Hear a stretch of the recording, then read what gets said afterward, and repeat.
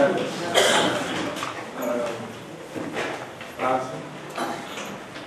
Desk officer यांच्या प्रशिक्षण कार्यक्रमामध्ये मार्गदर्शन करण्यासाठी मोनिकाराजी प्रधान सचिव माननीय खारगे साहेब उपस्थित राहिलेले आहेत.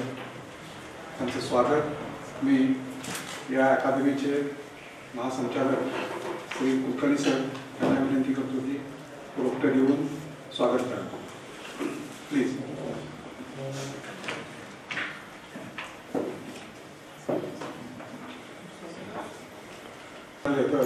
यापासून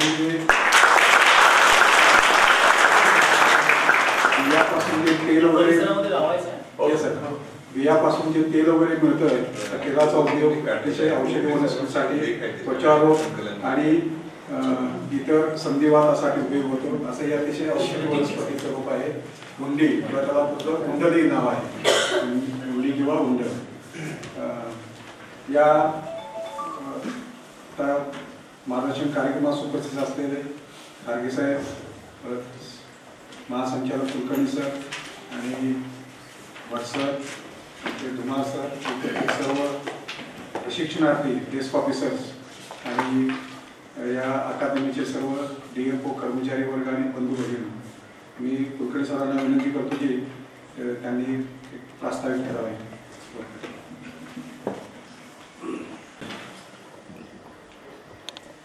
आपली जी प्रबोधिनी आहे, जी बोर्ड ऑफ गव्हर्नर आहेत या मंडळ, त्याचे पण खारगे सर अध्यक्ष आहेत आणि गेल्या 4-5 वर्षामध्ये त्यांचं मार्गदर्शनामुळे प्रबोधिनी बऱ्यापैकी चांगल्यापैकी कामगिरी केलेली आहे प्रशिक्षण वेगवेगळे आयोजित करण्यामध्ये. याबाबत थोडक्यात मी आपल्याला माहिती देतो की सर 2017-18 मध्ये आपण 139 सत्र वेगवेगळ्या प्रकारची घेतली आणि त्यामध्ये 5221 लोकांना आपण प्रशिक्षण दिलं. आणि यावर्षी पण आपण यामध्ये चांगली प्रगती केलेली आहे. आतापर्यंत 4600 लोकांना प्रशिक्षण दिलेलं आहे. आणि ऑगस्टमध्ये एका शासन निर्णयानुसार आपली या प्रबोधिनीला विभागीय प्रशिक्षण संस्थांचा दर्जा देण्यात आलेला आहे. आणि त्यानंतर आपल्याला ऑक्टोबरमध्ये STPA अंतर्गत मोठं प्रशिक्षणाचं उद्दिष्ट मिळालेलं आहे. 2615 गट ब आणि गट क आणि त्याशिवाय 1 दिवसाचं ओरिएंटेशन ट्रेनिंग अशा पद्धतीचं उद्दिष्ट मिळालेलं आहे. आणि त्यापैकी आम्ही आत्तापर्यंत जवळजवळ 1700 लोकांना ट्रेनिंग दिलेलं आहे आणि उरलेल्या 1.5 महिन्यात आम्ही हे बाकीचं उद्दिष्टही पूर्ण करू असा आम्हाला विश्वास आहे. आपली जी प्रबोधिनी आहे ही अतिशय रम्य ठिकाण आहे. लोकांनाही इथं आले की पुन्हा पुन्हा यावंसं वाटतं. आणि आमचाही प्रयत्न आहे की याच्यामध्ये जास्तीत जास्त सुविधा लोकांना उपलब्ध करून द्याव्यात आणि लोकांनाही इथनं समाधानानं जावं. तर त्या दृष्टीनं आमचे प्रयत्न सर चालूच आहेत. आणि यासाठी आपलंही यापुढं मार्गदर्शन आम्हाला मोलाचं राहील. एवढं बोलून मी आपली ही प्रस्तावना संपवतो आणि सरांना विनंती करतो की त्यांनी पुढील आपलं मार्गदर्शन करावं. ते मंत्रालयातले यापूर्वी 2 मंत्रालय सहाय्यकाचे बॅचेस येऊन गेलेले आहेत आणि हे डेस्क ऑफिसरची पहिलीच बॅच आहे.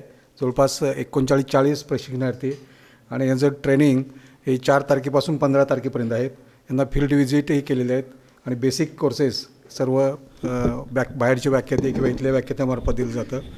तर अशा प्रकारचं एक 15 तारखेपर्यंत 15ला शेवटचा यांचा दिवस आहे. आणि आपल्याला विनंती करतो की आपण या डेस्क ऑफिसर प्रशिक्षणार्थींना मार्गदर्शन करावे. थँक्यू. महासंचालक श्री कुलकर्णी साहेब, दुसरे वरिष्ठ अधिकारी कन्झर्वेटर ऑफ फॉरेस्ट श्री भट साहेब, श्री भोसले साहेब, धुमाळ साहेब, सर्व या कुंडल अकॅडमीचे अधिकारी, कर्मचारी आणि उपस्थित मंत्रालयातील माझे सर्व सहकारी कक्षाधिकारी बंधू भगिनींनो, म्हणजे मला खरं तर अलभ्य लाभ आहे आपल्यासोबत चर्चा करण्याचा. माझा खरा प्लॅन जो आहे तो वन अकॅडमीमध्ये ते वन प्रशिक्षण सुरू आहे. RFAच्या 2 बॅचेस आहेत, त्यांच्याबरोबर संवाद साधणं, त्यांना काही मार्गदर्शन करणं आणि शिवाय अकॅडमीचे काही प्रश्न जे आहेत. आमची बोर्ड ऑफ डायरेक्टरची मीटिंग आहे, 1 बॅच आमची बाहेर पडत आहे. त्यासंबंधी आढावा घेण्यासाठी मी आलो आहे. आणि मला माहीत नव्हतं की डेस्क ऑफिसरची पण या ठिकाणी एक बॅच सुरू आहे. तर मला मग असं सांगण्यात आलं की एक बॅच सुरू आहे, मंत्रालयातले सर्व कक्ष अधिकारी या ठिकाणी आलेले आहेत. म्हटलं ही एक चांगली संधी आहे. मंत्रालयात आम्ही दर आठवड्याला माझ्या विभागामध्ये जे कक्ष अधिकारी आहेत ते या ठिकाणी सावंत आहेत. आम्ही दर आठवड्याला आम्ही चर्चा करतच असतो. आपली पण आपल्या सचिवांच्या बरोबर, प्रधान सचिवांच्या बरोबर दर आठवड्याला बैठक होत असेल. पण म्हणलं मंत्रालयातले एक 39 कक्ष अधिकारी या ठिकाणी आहेत, तर आपल्यासमोर काही विचार मांडण्याचा प्रयत्न करावा. आपण 2 गोष्टी करू. एक, मी अगोदर माझ्या बाजूनी मला जे वाटतं त्याबद्दल बोलेल आणि नंतर काही आपल्या काही सूचना असतील, कामकाज कसं आणखी चांगलं करता येईल मंत्रालयातलं, किंवा आपल्याला काही प्रश्न विचारायचे असतील तर प्रश्न आपण देखील विचारू शकतो, असं ठेवू याच्यामध्ये.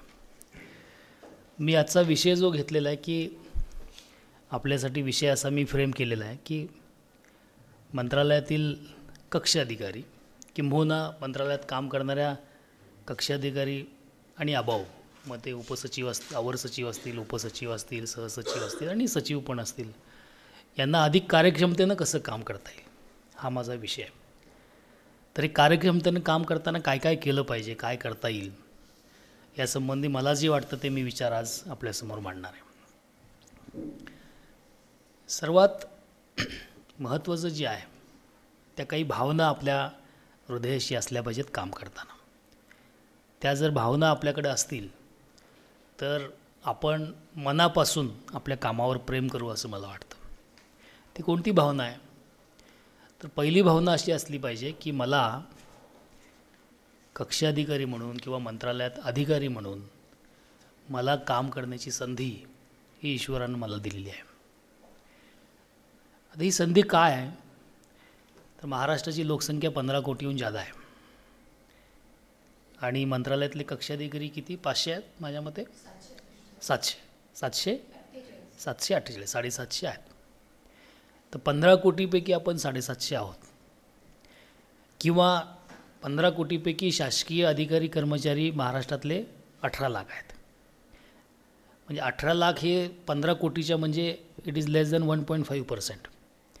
म्हणजे महाराष्ट्रातल्या एकूण जनतेच्या केवळ 1.5% कमी लोक हे शासकीय सेवेमध्ये आहेत आणि त्याच्यामध्ये जे काही 748 कक्ष अधिकारी जे आहेत त्याच्यामध्ये आपण आहोत. आपली स्पर्धा परीक्षेद्वारे निवड झाली. काही कक्ष अधिकारी सरळ सेवेद्वारे असतील, काही सहाय्यक म्हणून आले असतील, है ना, दोन्ही मिक्स आहेत ना या ठिकाणी.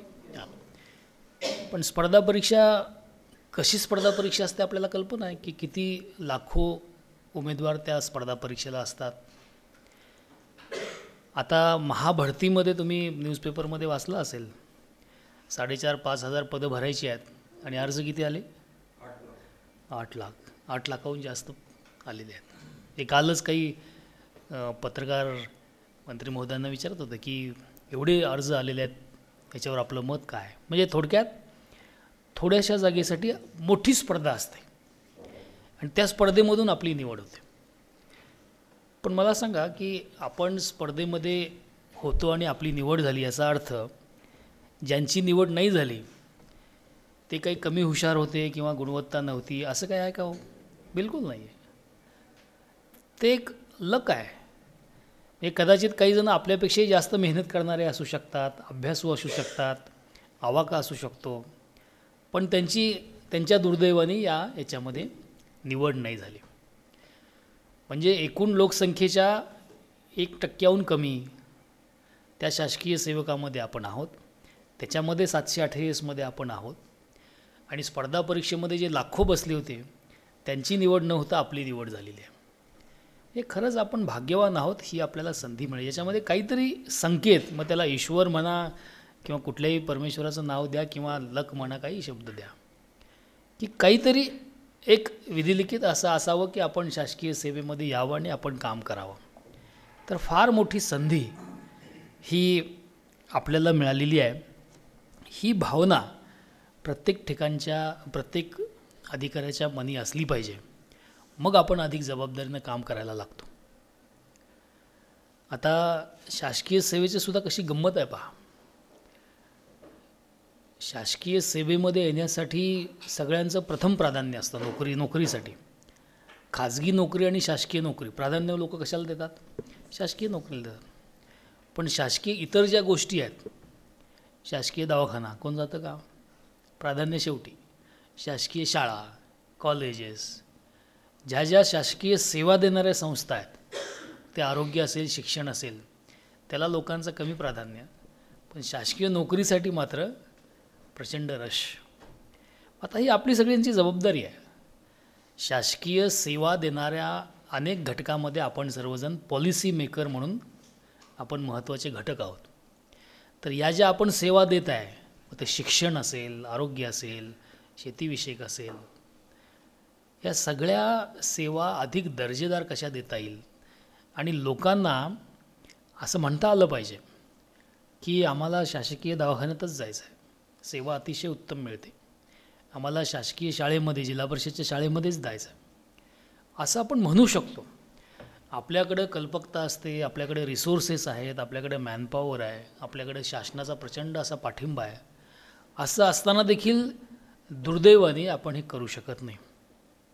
तर हे करण्याची धमक आपल्या सर्वांच्यामध्ये आहे, प्रोव्हायडेड आपण जर ठरवलं की नाही मला हे करायचं आहे, मला ही संधी मिळालेली आहे आणि शासकीय सेवा उत्तमात उत्तम कशा करता येईल यासाठी माझा मनापासून प्रयत्न असेल, असं ठाम निर्धार अंतर्मनामध्ये आपला जर असेल तर आपण चांगल्या रीतीनं परफॉर्म करू शकतो.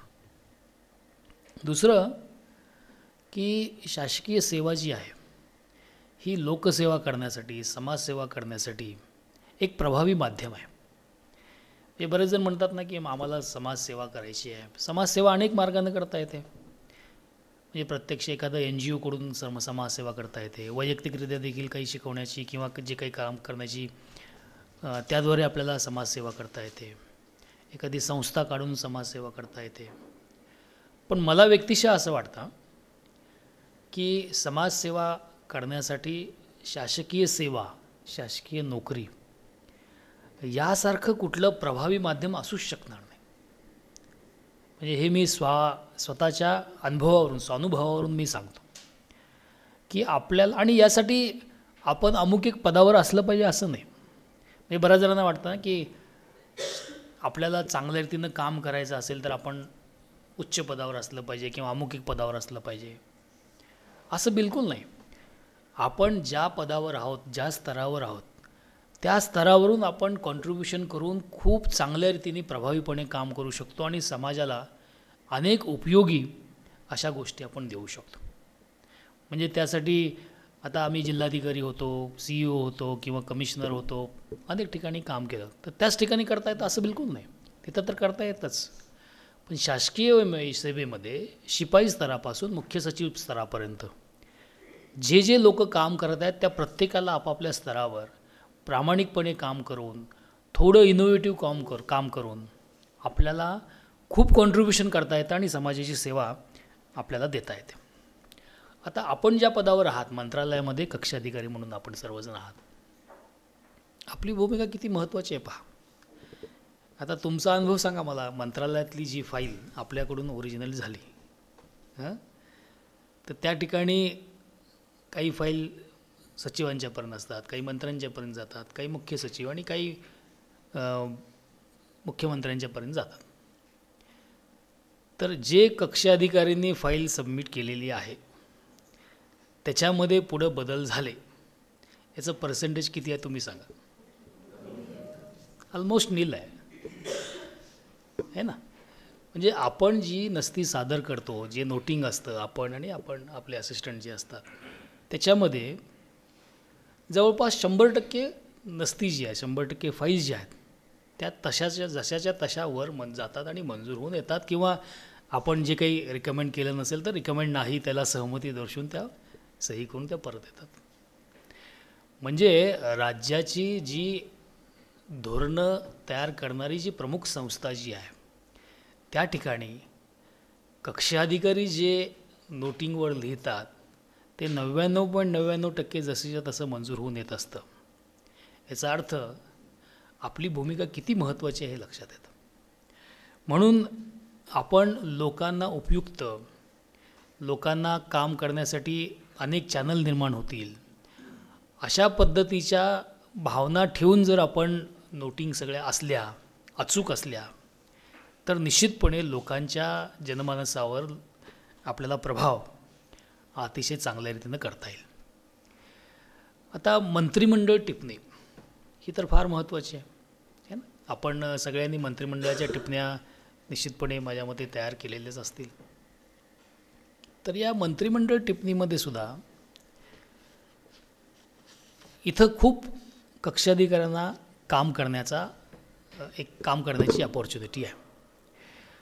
याच्यामध्ये मला असं सजेशन द्यावं असं वाटतं की मंत्रिमंडळ टिप्पणीमध्ये अधिक अभ्यासपूर्ण अशी मंत्रिमंडळ टिप्पणी आली पाहिजे. तुम्ही प्रामाणिकपणे विचार करा. जनरली कसं असतं मंत्रिमंडळ टिप्पणीचं, आपले फील्ड ऑफिसर जे असतात त्यांच्याकडून आपण ड्राफ्ट मागवून घेतो, बरोबर आहे ना? असंच आहे ना. मंत्रालय लेवलला काही बसून टिप्पणी तयार केली असं फार कमी होत आहे. आपण आपले जसं वन विभागामध्ये जे PCCF आमचे जे नागपूरला असतात ते ड्राफ्ट तयार करून पाठवतात आणि मग आपण त्याला फाईन ट्यून करतो. तसंच बहुसंख्य सर्व डिपार्टमेंटमध्ये. यापेक्षा काही वेगळं असेल तर सांगा. तर हे जी टिप्पणी जी येते बऱ्याच वेळेला याच्यामध्ये आणखी आपण त्याला फाईन ट्यून करण्यासाठी स्कोप असतो. यासाठी कक्षाधिकाऱ्यांचे इनपुट्स हे फार महत्त्वाचे आहेत. यासाठी आपण त्या विषयाचा अभ्यास जर आपण जास्त केला, आपण एखादा पॉलिसी डिसिजन घ्यायचा. एखादं उदाहरण आपण घेऊ. आता आम्ही एक पॉलिसी तयार केली वन विभागामध्ये की कन्या वन समृद्धी योजना अशी आम्ही योजना सुरू केली. आता हा विचार आम्ही का केला? एक वृक्ष लागवड चळवळ तर राज्यामध्ये सुरूच आहे. आपल्याला कल्पना असेल 50 कोटी वृक्ष लागवड. आता यावर्षी 13 कोटी केले, पुढल्या वर्षी आपण 33 कोटी वृक्ष लागवड करणार आहोत 2019मध्ये.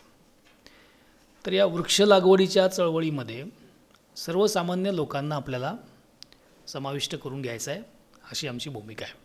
केवळ वन विभाग किंवा शासकीय विभागापुरतं मर्यादित ठेवायचं नाही. शासकीय विभाग आपण सर्वजण त्याच्यामध्ये सहभागी आहात. प्रत्येक विभागाला उद्दिष्ट दिलेली आहेत. तर आम्ही असा विचार केला की आपण एक योजना अशी काढूया की शेतकऱ्याच्या घरी मुलीचा जन्म झाला तर त्या मुलीच्या जन्माचं स्वागत 10 रोपटं देऊन करायचं. असा एक विचार आमच्या मनामध्ये आला. म्हणजे पूर्वी माझी एक पोस्टिंग हेल्थ डिपार्टमेंटला होती. मी MD NRHM होतो, कमिशनर फॅमिली वेलफेअर होतो मी. त्यावेळचा माझा अनुभव असा होता की राज्यामध्ये मुलींची संख्या ही मुलांच्या संख्येपेक्षा कमी आहे. बरोबर आहे ना? किती आहे माहीत आहे का? दर 1000 मुलांच्या मागं मुलींची संख्या किती आहे राज्यामध्ये? जी हां. आता 927 हे स्त्री पुरुष प्रमाण आहे. म्हणजे त्याच्यामध्ये 3 टर्म आहेत. स्त्री पुरुष प्रमाण 927 2011च्या जनगणनेनुसार. दुसरं 6 वर्षाची बालकं जी आहेत त्याचं मुलगा मुलगी प्रमाण. आणि एक सेक्स रेशो ॲट बर्थ म्हणतात, म्हणजे जन्माच्या वेळी काय. तर 2011चा जो 0 to 6 मधले मुलामुलींचं प्रमाण सेन्ससची जे आहे त्याच्यामध्ये 883 असा 2011चा सेन्सस म्हणतो. आता पुढचा येईल आता 21मध्ये. तर 1000 मुलांच्या मागं मुलीचे जन्म 883 आहेत महाराष्ट्रामध्ये. आणि दुर्दैव असं आहे की जे पुढारलेले जे जिल्हे जे आहेत त्याच्यामध्ये आणखी कमी आहे. म्हणजे गडचिरोलीसारखा जिल्हा ज्या ठिकाणी 950च्या वर मुलींचं प्रमाण आहे. म्हणजे गडचिरोली जिल्हा आपल्याला कल्पना आहे, ट्रायबल जिल्हा आहे, मागासलेला आहे, नक्षलग्रस्त आहे, रिमोट आहे, जंगल जास्त आहे, अज्ञान जास्त आहे. अशा ठिकाणी मुलींची संख्या जास्त, मुलीच्या जन्माचं स्वागत होतं. आणि पुढारलेले जिल्हे म्हणजे कोणते महाराष्ट्रातले? नाही, मुंबईपेक्षा हे इकडचे आपण जिथं आहो ना, पुणे, सांगली, सातारा, कोल्हापूर आहे ना, हे सगळे जे जिल्हे आहेत हे पुढारलेले. पर कॅपिटा इन्कम जास्त आहे. आणि जेवढे पुढारलेले जिल्हे त्या ठिकाणी हे पुढारलेले जिल्हे म्हणजे पर कॅपिटा इन्कम जास्त आहे, श्रीमंती जास्त आहे, साक्षरता जास्त आहे. या ठिकाणी मुलींची संख्या कमी आहे. हे जेवढं शिकलेलं जास्त तेवढं गर्भामध्ये मुलींची हत्या जास्त. हे प्रमाण आहे. दुर्दैव आहे. तर कोल्हापूर सांगली या ठिकाणी 840 850 दर 1000 मुलांच्या मागं प्रमाण आहे.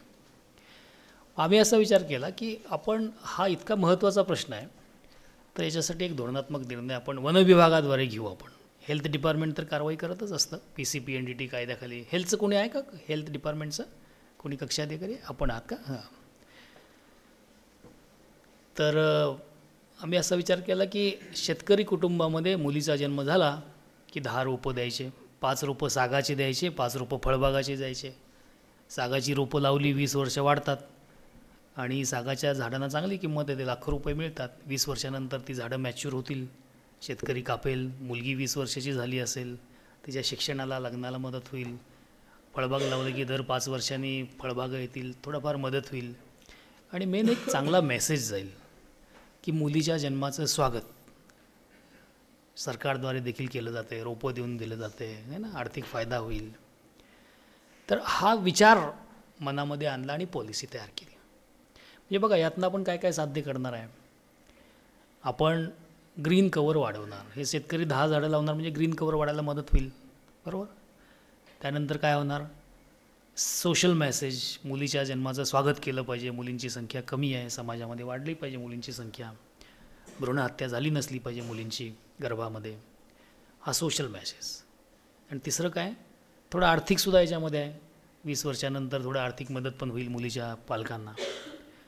तर एक निर्णय, तो निर्णय आम्ही घेतला. त्याच्यावर चांगली कॅबिनेट नोट तयार केली. सर्व विभागांना आम्ही नोट पाठवल्या.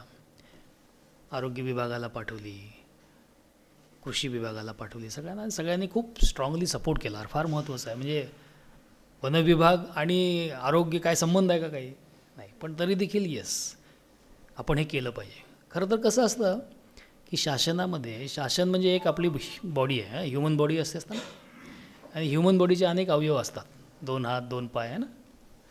तसं आपलं आहे की शासन एक संस्था, एक ही बॉडी आहे, आणि आपण सगळे त्याचे डिफरंट आर्म्स आहोत, वेगवेगळे हात आहोत, है ना.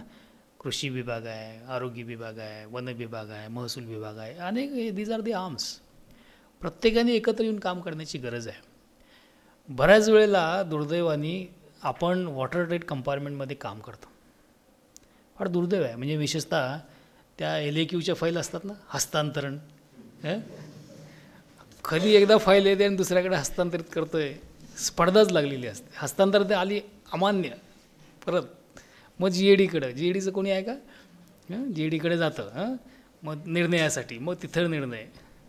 वेळ आलीच नसली पाहिजे खरं तर. म्हणजे आपण सगळे एकत्र येऊन आपण काम करतो आहे. नाही, ते पहिला शब्द कुणाचा आहे त्यांनी केलं पाहिजे, असं असतं. ते डिपार्टमेंट आहे ना. म्हणजे आपण अशा गमती जमती आपण करतो, पण एक मागची भूमिका लक्षात ठेवली का, we are different arms of same government, है ना. समाजासाठी आपल्या सर्वांना काम करायचं आहे. तर हे कॅबिनेट नोट ज्यावेळी आपण तयार करतो त्यावेळी अभ्यासपूर्ण जर आपण केलं, अमुक एक स्कीम आता बनवणं सुरू आहे, म्हणजे लगेच आपण उत्कंठ आपली जागृत झाली पाहिजे. अरे, this is an opportunity for me to contribute qualitatively. फील्डमधनं आलेली नोट जशीच्या तशी पुढं पाठवण्यामध्ये काय मजा आहे. पोस्टमनचं काम आपण थोडीच करण्यासाठी इथं आलो आहे. मग त्याचा जर अभ्यास केला, इतर राज्यामध्ये कशा स्कीम आहेत, है ना, इतर देशामध्ये कशा आहेत. आता इंटरनेटमुळे सगळं शक्य आहे रिसर्च करायला. गुगलमध्ये शब्द टाकला की सगळं येतं. वरिष्ठांच्यावर चर्चा करता येईल. चांगले यूट्यूबवर व्हिडिओज आपल्याला त्यासंबंधी पाहता येतात. कन्सेप्च्युअल क्लॅरिटी करता येईल. चांगले पेपर्स वाचता येईल. आणि विश्लेषणात्मक, तुलनात्मक अशा गोष्टी आपण कॅबिनेट नोटमध्ये आणू शकतो.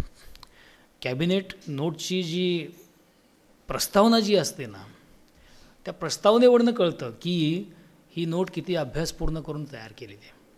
काही काही प्रस्तावना खूप सुंदर असतात, ॲनालिसिस दिलेलं असतं, असं आहे, तसं आहे, तसं आहे, म्हणून हे आपण निर्णय आपण घेत आहोत. काही काही फार मोघम स्वरूपाचे असतात. तर मला हे आपल्याला सुचवायचं आहे की आपण जो विषय आपल्याकडे येईल त्याचा अभ्यास आपण जर केला आणि त्यामध्ये कॉन्ट्रीब्युशन जर केलं, तर एक चांगलं कायमस्वरूपी कॉन्ट्रीब्युशन आपल्याद्वारे त्या विषयाला होऊ शकेल. कॅबिनेट नोटनंतर दुसरं GR काही आपण काढत असतो. कॅबिनेटसमोर न जाता काही GR आपण काढतो, काही सर्क्युलर काढतो. त्याही ठिकाणी अतिशय स्पष्टता असण्याची गरज आहे. म्हणजे मंत्रालय आणि फील्ड फंक्शनरी यांच्या अंडरस्टँडिंगमध्ये सुद्धा खूप गॅप आहे ना. मग ह्यासंबंधी आपण काय केलं पाहिजे, एखादा GR आपण दोन्ही पद्धतीने इंटरॅक्शन असलं पाहिजे. ड्राफ्ट GR आपण तयार केला, फील्ड लोकांना पाठवून हा इम्प्लिमेंट करताना आपल्या काही शंका आहेत का, आपल्याला सर्व अर्थ कळतो आहे का, फील्ड टेस्टिंग ज्याला म्हणतात है ना, त्यांचे काही तुमच्या सूचना आहेत का, असं आदानप्रदान करून परिपूर्ण करून तो GR निघाला पाहिजे. आता आपल्याला अनुभव असेल, आपण काही GR काढतो, परिपत्रकं काढतो, परत धारणा पक्की करण्यासाठी येतच ना आपल्याकडे, याचा अर्थ असा असा आहे, अशी आमची धारणा पक्की करावी. किती विलंब होतो त्याच्यामध्ये, फील्ड लेवलला कन्फ्युजन होतं, चुकीच्या गोष्टी राबवल्या जातात. म्हणून जो आपला GR आहे, जी सर्क्युलर जे आहे, त्याच्यामध्ये स्पष्टता असली पाहिजे, कुणाच्याही मनामध्ये कोणतीही शंका राहिली नसली पाहिजे. त्या पद्धतीनं आपले GR, आपले सर्क्युलर जे आहेत हे असले पाहिजे आणि ते करणं शक्य याच्यामध्ये आहे. नंतरचा आपला भाग जो आहे तो टिप्पणी तयार करणं, फाईल आपण तयार करतो. आता फाईल तयार करताना सुद्धा महत्त्वाच्या फाईल ज्या आहेत त्याच्या बाबतीमध्ये आपल्या मनामध्ये काही शंका असतील, बऱ्याच वेळेला क्लॅरिटी जर नसेल तर नोटिंग चुकीचं सुद्धा येऊ शकतं बरं का. तर मनामध्ये कुठं जरी शंका असेल तर आपण लगेच वरिष्ठांशी चर्चा केली पाहिजे. आपले उपसचिव असतील, जॉईंट सेक्रेटरी असतील आणि आवश्यकता असलेल्या सचिवांच्या सोबतसुद्धा बसून चर्चा केली पाहिजे. किंबहुना काही वेळेला मंत्री महोदयांच्या सोबतसुद्धा बसलं पाहिजे सगळ्यांनी. म्हणजे काही योजना अशा असतात की लोकप्रतिनिधींनी सुचवलेल्या असतात, बरोबर आहे ना. तर अशावेळी त्यांच्या मनामध्ये एक आहे आणि आपल्या मनामध्ये दुसरं असं जर गॅप असेल तर कदाचित ते रिफ्लेक्ट होत नाही आपल्या GRमध्ये किंवा आपल्या नोटमध्ये. म्हणून जिथं आवश्यक आहे त्या ठिकाणी नोट सादर करण्यापूर्वी, टिप्पणी सादर करण्यापूर्वी ही आवश्यकता आहे, आपण वरिष्ठांशी, सचिवांशी, आवश्यकता पडल्यास मंत्री महोदयांशी बसून चर्चा करून मनातली म्हणजे क्लॅरिटी आपण आणली पाहिजे की या पद्धतीनं निर्णय घ्यायचा आहे असं अपेक्षित आहे. म्हणजे अन्यथा काय होतं की आता सर्व RTI याच्यामुळं बरेचसे मग चुकीची नोट समजा आली, अरे मग हे मग परत त्याच्यामध्ये दुरुस्त्या होणार आणि हे सगळं मग ऑडिटला आणि या सगळ्या राईट टू इन्फॉर्मेशनला बऱ्याच वेळेला रेडीमेड खाद्य तयार होतं आणि चुकीच्या सगळ्या गोष्टी त्याच्यामध्ये होतात. म्हणून I will strongly suggest you की जे महत्त्वाचे जे गोष्टी आहेत, मनामध्ये शंका असेल तर आपण निश्चितपणे चर्चा करून क्लॅरिटी आणूनच त्या टिप्पणी ज्या आहेत त्याच्यामध्ये आपण सादर केल्या पाहिजेत. टपाल जे आहे, टपालामध्ये सुद्धा टपालाचं हँडलिंग जे आहे ते देखील फार महत्त्वाचं आहे. आपल्याकडं जे टपाल जे येतं त्या टपालामध्ये प्रामुख्यानं 2 भाग असतात. म्हणजे टपाल सचिवांच्यापर्यंत येतं, सचिव मार्क करतात, त्या DSGSकडे जातात आणि तिथून ते आपल्याकडे येतं. तर त्याच्यामध्ये सुद्धा 2 प्रकार असतात. एक, काही पत्र, काही रेफरन्सेस असे असतात की जे नस्तीमध्ये कन्वर्ट होणार नाहीत, काही प्रतिलिपी माहितीसाठी असते है ना, आणि काही मात्र आपल्याला त्या नस्तीमध्ये, फाईल्समध्ये कन्वर्ट करायचे असतात. तर त्याला आपण रेफरन्सेस जे म्हणतो की ज्याचे नस्तीमध्ये कन्वर्ट करायचं.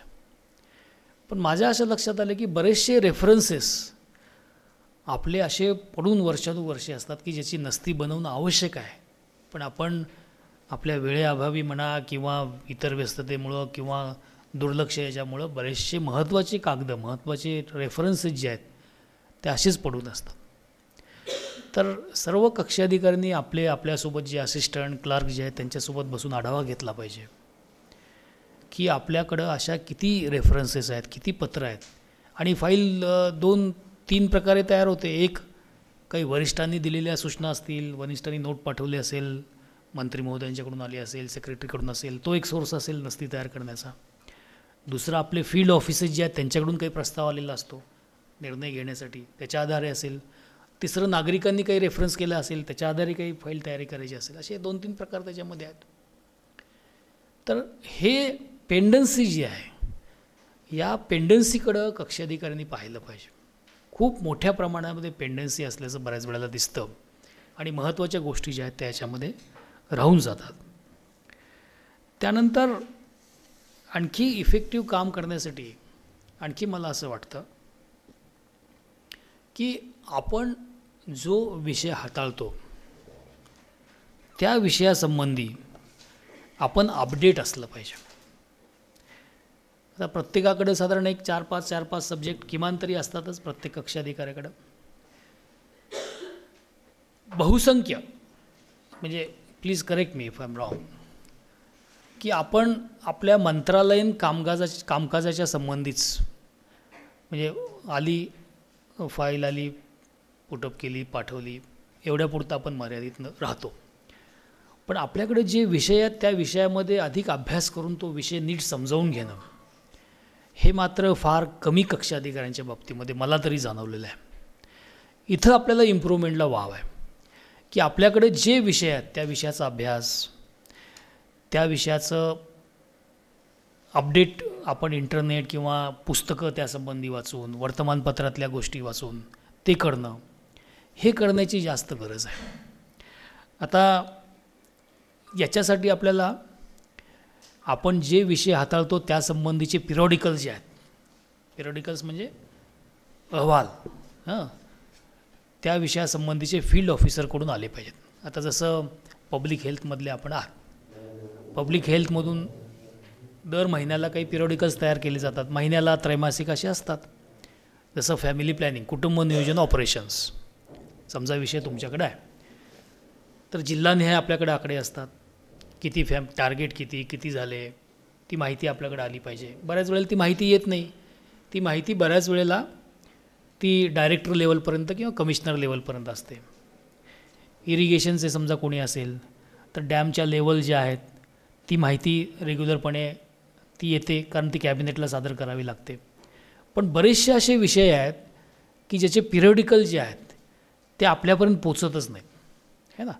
ॲग्रिकल्चर समजा आहे, ॲग्रिकल्चर विषय ज्यांच्याकडे असतो ते किती पीक आता खरीपमध्ये रब्बीमध्ये पिकाखालील क्षेत्र एवढं आहे, मग त्याची जिल्हानिहाय किती क्षेत्र किती पेरणी झाली किती टक्के पेरणीवाली झाली हे आलं पाहिजे.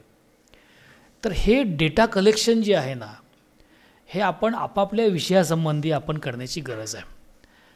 आता बऱ्याच वेळेला याची कदाचित आपल्या कामकाजासाठी नसती सादर करण्यासाठी किंवा कॅबिनेटसाठी याच्यात माहिती लागणार पण नाही. पण असा अनुभव आहे की कुठलीही माहिती पाहिजे म्हटल्यानंतर मग आपण फील्ड लेवलला पाठवतो आणि ती मागवून घेतो. तशी वेळ येणारच नाही.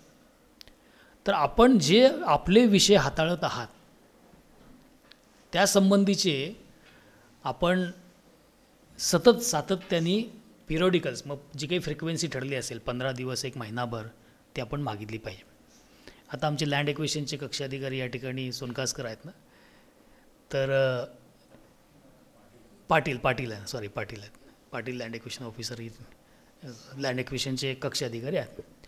तर आपण सर्व जिल्ह्यामध्ये लँड एक्विजिशन अनेक पद्धतीने आपण करत असतो, वेगवेगळ्या कायद्याखाली करत असतो. लँड एक्विजिशन कायदा 2013चा आहे, रेल्वे ॲक्ट आहे, नॅशनल हायवे आहे.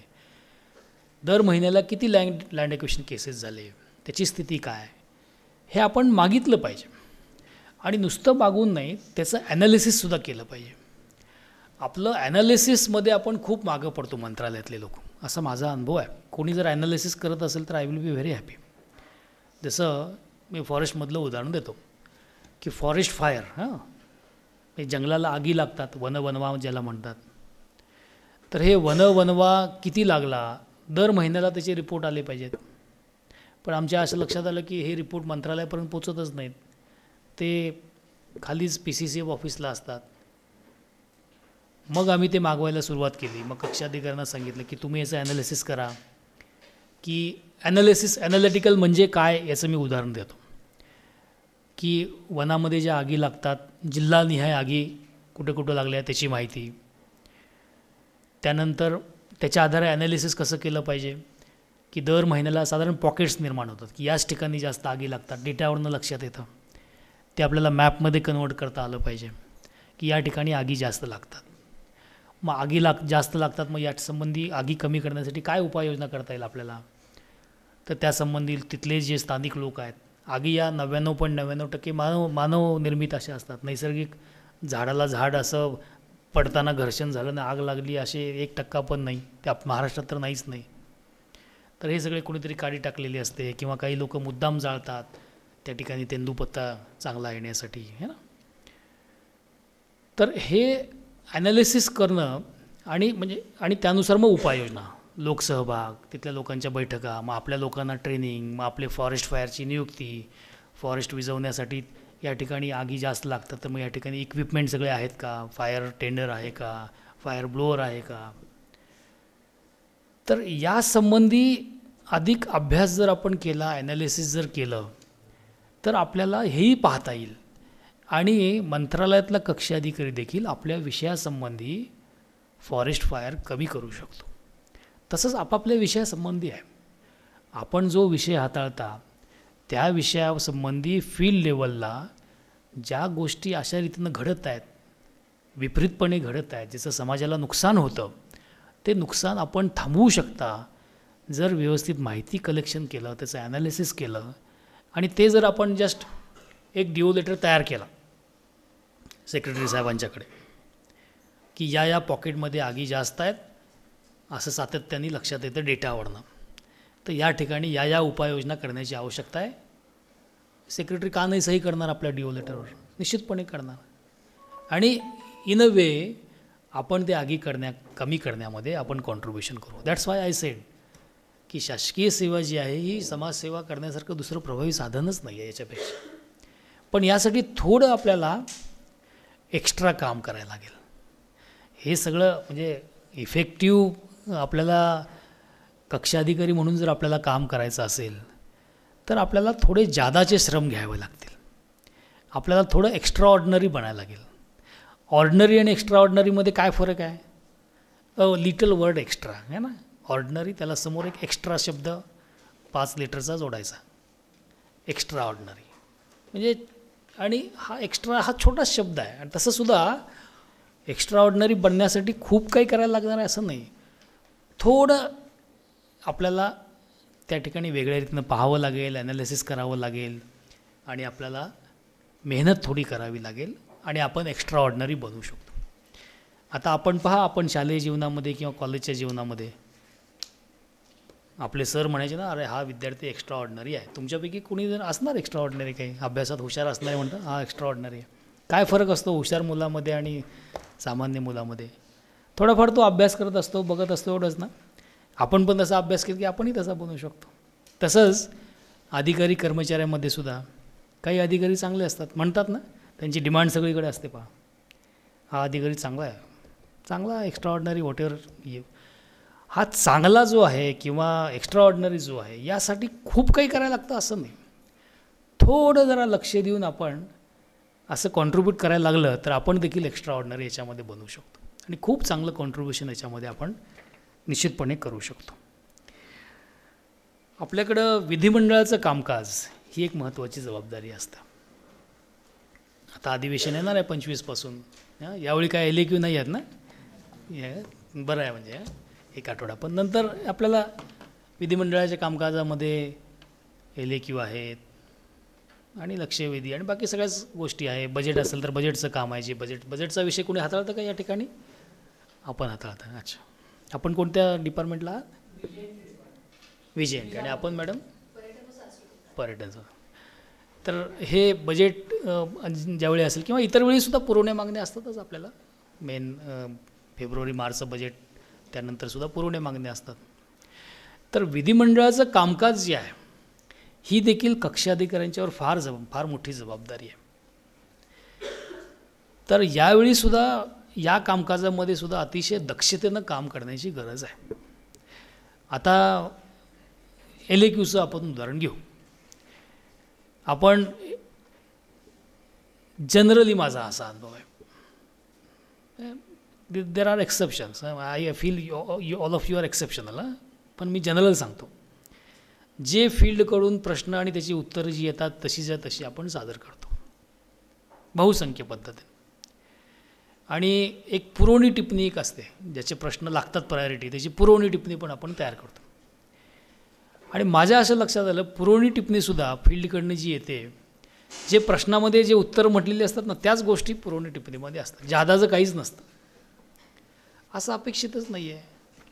पुरवणी टिप्पणीमध्ये जे प्रश्न आहेत त्याच्या अनुषंगाने जे उपप्रश्न विचारले जाऊ शकतात है ना, ते इमॅजिन करून त्या रिलेटेड जास्तीत जास्त सगळी माहिती आली पाहिजे.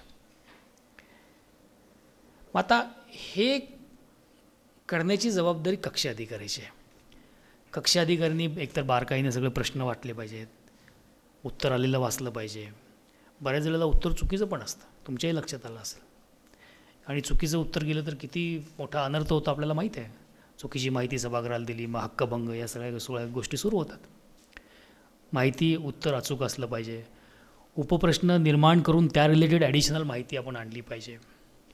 आणि मला असं वाटतं की विधिमंडळामध्ये ज्या ज्या बाबी आहेत, मग ते प्रश्न असेल, लक्षवेधी असेल, अर्धा तास चर्चा असेल, विशेष सूचना असेल, जे काही कपात सूचना असेल, या सगळ्या माध्यमातून आपल्या विभागाचं काम किंवा आपण जे विषय हाताळतो त्या विषयाचं काम हे सबंध महाराष्ट्राच्या जनतेसमोर मांडण्याची ती संधी असते.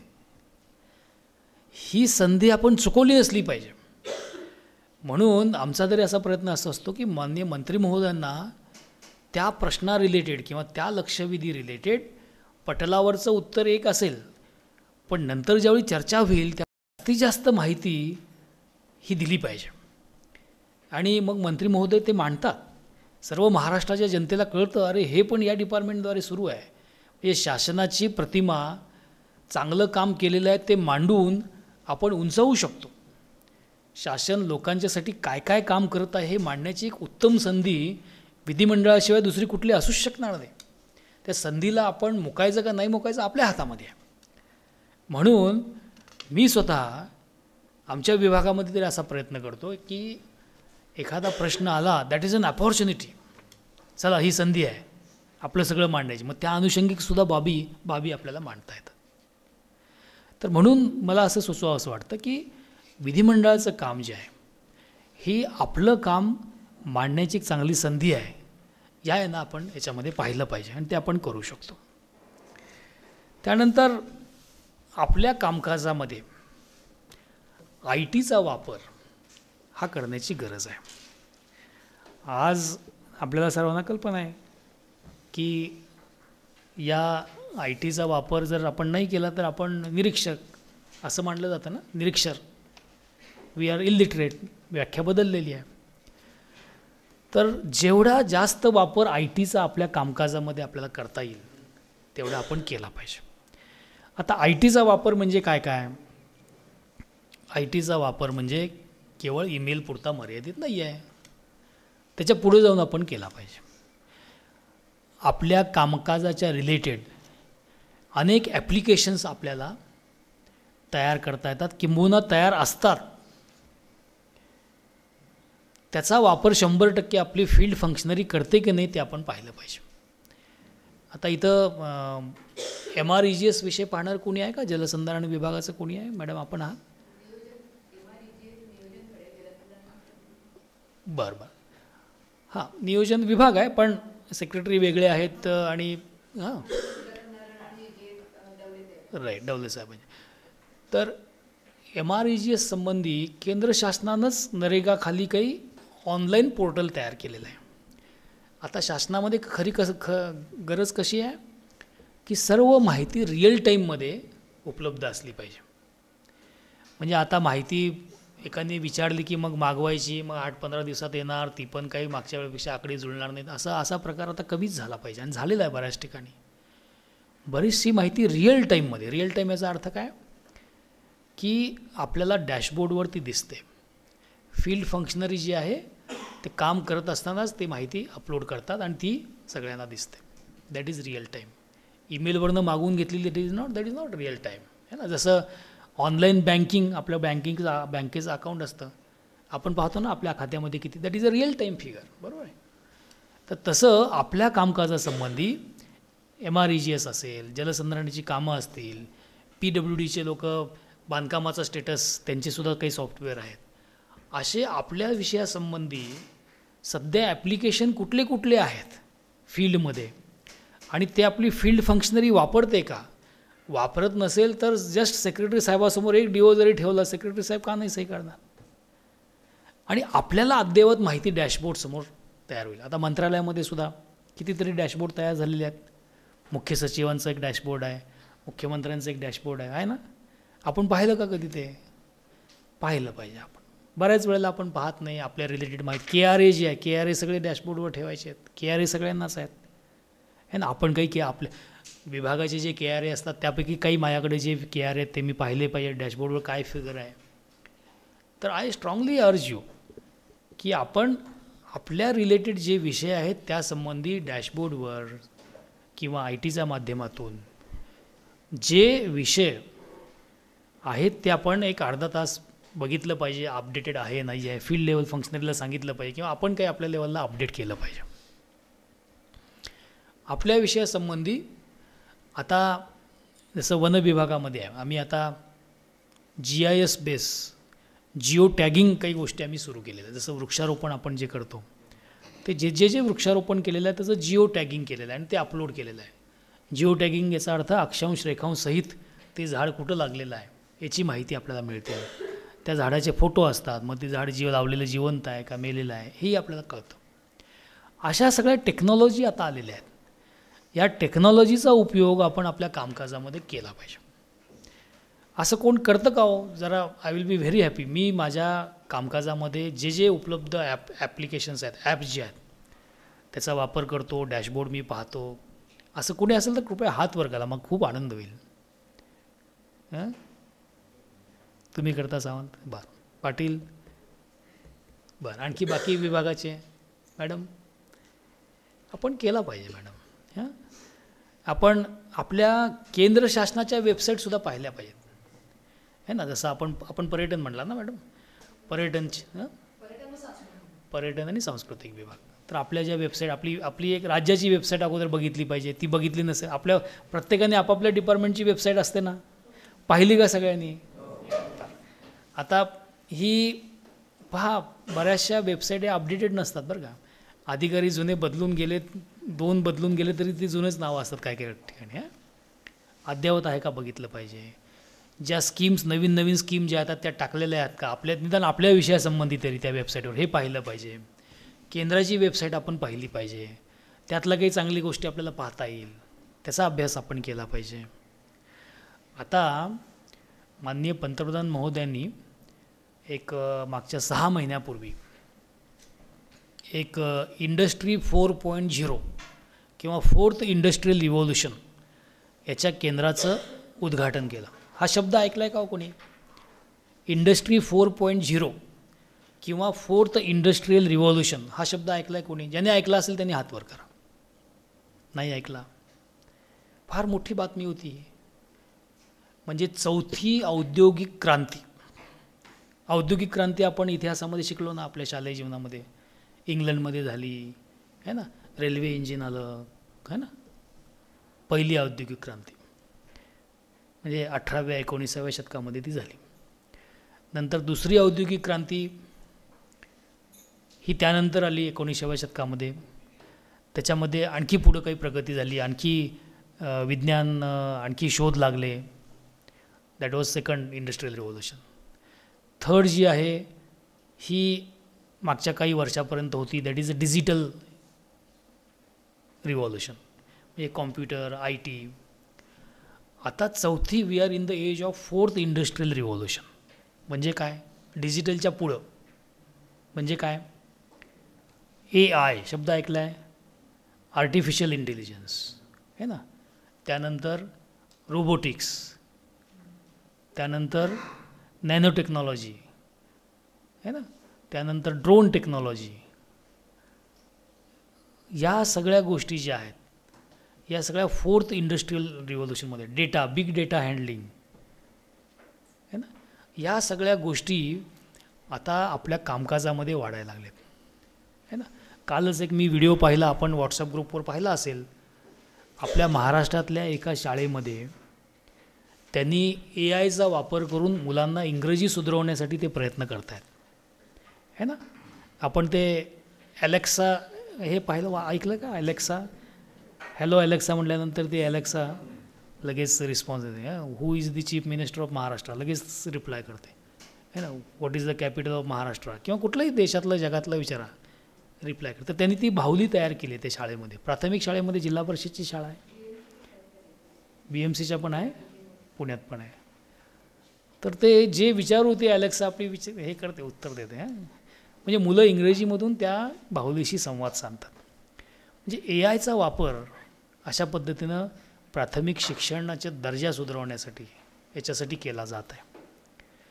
तर ही सगळी टेक्नॉलॉजी आहे. तर सध्या हे जे 4th इंडस्ट्रियल रिव्हॉल्युशनचं सेंटर जे आहे, तर हे सन फ्रान्सिस्कोला अमेरिकेमध्ये आहे. दुसरं जे आहे ते नवी मुंबईमध्ये महाराष्ट्रामध्ये आहे ना. तर ब्लॉकचेन शब्द ऐकलेला आहे, ब्लॉकचेन है ना. आपण ते करन्सी ऐकली असेल, कोणती, बिटकॉइन. बिटकॉइन करन्सी जी आहे ती दॅट इज ऑन ब्लॉकचेन. महाराष्ट्रामध्ये सुद्धा अनेक आपले करन्सी सोडून द्या, पण बाकीचे जे आहे जसं अनेक गोष्टी ज्या आहेत, जसं ड्रायव्हिंग लायसन्स दिले जातात, पासपोर्ट जे दिले जातात, त्याचा प्लॅटफॉर्मसुद्धा ब्लॉकचेनचा प्लॅटफॉर्म वापरून करायचा. म्हणजे ज्याच्यामध्ये कुठलंही हॅकिंग होणार नाही, डेटा सिक्युअर राहील आणि डेटा शेअरिंग पद्धतीनं वापरता येईल है ना. आज कसं होतं की डेटा जो आहे हा त्याच डिपार्टमेंटकडे असतो, तो शेअरिंग पद्धतीने वापरता येत नाही. आज समजा एखाद्या रोडवर गाडीचा ॲक्सिडेंट झाला आणि त्या ड्रायव्हरची चुकी असेल, तर पोलिसांना ड्रायव्हिंग लायसन कॅन्सल करता येतं का? नाही, त्यांना ते कळवायला लागतं RTOला. मग RTO करणार. तर जो डेटा ब्लॉकचेनवर असतो तो सगळ्यांना कॉमन असेल, म्हणजे इमिजिएटली कळेल हा ड्रायव्हर आहे, हा ड्रायव्हिंग आहे, पोलिसांनासुद्धा ॲक्सेस मिळेल त्याचा. तर ही blockchain technology again 4th industrial revolution. म्हणजे या सगळ्या गोष्टी आता येत आहेत, इतकं जग पुढं चाललेलं आहे. या सगळ्याचा अभ्यास आपल्याला आपल्या कामकाजामध्ये आपल्याला करावा लागेल, त्याचा वापर आणावा लागेल है ना. जर आपल्याला आपलं राज्य आपण प्रोग्रेसिव्ह म्हणतो महाराष्ट्र, तर महाराष्ट्रातली जी मंत्रालयातली काम करणारी जी फौज आपली जी आहे, या सगळ्यांनी आधुनिक तंत्रज्ञानाचा वापर, नुसता अभ्यासच नाही, वापर आपण आपल्या कामकाजामध्ये केला पाहिजे. आता सोशल मीडियासुद्धा फार प्रभावी आहे. म्हणजे एक टीका आपण ऐकतो की सोशल मीडिया, व्हॉट्सॲप आणि बाकी हे सगळे जे आहे, फेसबुक, याच्यामुळे वेळ जातो, नवीन पिढी खराब होत चालली आहे, एक बाजू झाली. पण याच सोशल मीडियाचा आज वापर आपल्या कामकाजामधली कार्यक्षमता वापरण्यासाठी किती मोठ्या पद्धतीने करता येऊ शकतो है ना. सोशल मीडियामध्ये ट्विटर आणि फेसबुक पेज याचा खूप प्रत्येक डिपार्टमेंट याचा वापर करत आहे. तर ट्विटर अकाउंट कुणाकुणाचे आहे, तो ट्विटर हँडल कुणाकुणाचे, हात वर करा, तुमचा आहे, बाकी कुणाचंच ट्विटर नाही आहे. हा प्रश्न 10 वर्षापूर्वी आपण विचारत होतो, ईमेल अकाउंट कुणाकुणाचं आहे हो. आता ईमेल सगळ्या, आता प्रश्न आहे ट्विटर अकाउंट कोणाकोणाचे आहेत. तुम्ही पहा, मुंबई पोलीस विभागाचे कोण, गृह विभागाचे आहेत कोणी, तुम्ही आहात का? तर तुम्ही मुंबई पोलीसचं ट्विटर पहा, ट्विटर हँडल, त्याचे फॉलोअर्स जे आहेत हे 4.6 मिलियन आहेत, हे 46 लाख आहेत है ना. आपलं माननीय मुख्यमंत्र्यांचं ट्विटर अकाउंट आहे, प्रत्येक मंत्री महोदयांची ट्विटर अकाउंट आहेत, चीफ मिनिस्टर ऑफिसचं एक ट्विटर अकाउंट आहे, पंतप्रधानांचं आहे, पंतप्रधान ऑफिसचं आहे, अनेक ऑर्गनायझेशन. तर त्यांना आपण फॉलो केलं पाहिजे. एकतर अगोदर ट्विटर अकाउंट काढलं पाहिजे, आपलं ओपन केलं पाहिजे आणि या सगळ्यांना फॉलो केलं पाहिजे. म्हणजे अपडेटेड माहिती, स्वतःला अपडेट जर ठेवायचं असेल तर ट्विटरसारखं कुठलं प्रभावीच नाही आहे ना.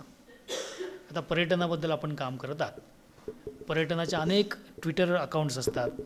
आपल्या विभागाचा एक नाही, मला माहीत नाही, पण केंद्राचा असेल, पर्यटनामध्ये काम करणाऱ्या ज्या खाजगी संस्था ज्या असतात है ना, त्यांचे काही अकाउंट असतात, ते अपडेटेड माहिती देत असतात, लोकांचे सजेशन त्याच्यामध्ये असतात, ते आपल्याला पाहता येतात, त्यातनं आपल्याला काही कल्पना येतात. जसं मुंबई पोलीसचं जे एक ट्विटर अकाउंट जे आहे, त्याच्यामध्ये लोक ट्विटरवर प्रश्न विचारत आहेत की आमच्या वार्डामध्ये, आम्ही जिथं राहतो मुंबईमध्ये, रात्री 10 नंतरसुद्धा एक वरात चाललेली आहे किंवा त्या ठिकाणी गाणं सुरू आहे पब्लिक ठिकाणी. Immediately reply, thank you for informing this. मग लगेच ते गाडी पाठवतात, बंद करतात आणि रिपोर्ट करतात. Our vehicle had gone that they stop, seal केलेलं आहे, लगेच रिस्पॉन्स.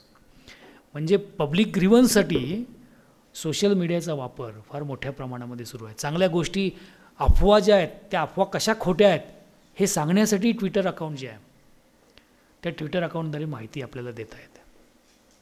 तर त्याच्यामुळे आय स्ट्रॉंगली अर्ज की ट्विटर, फेसबुक हे आता प्रत्येक गोष्ट कसं दुधारी शस्त्र आहे.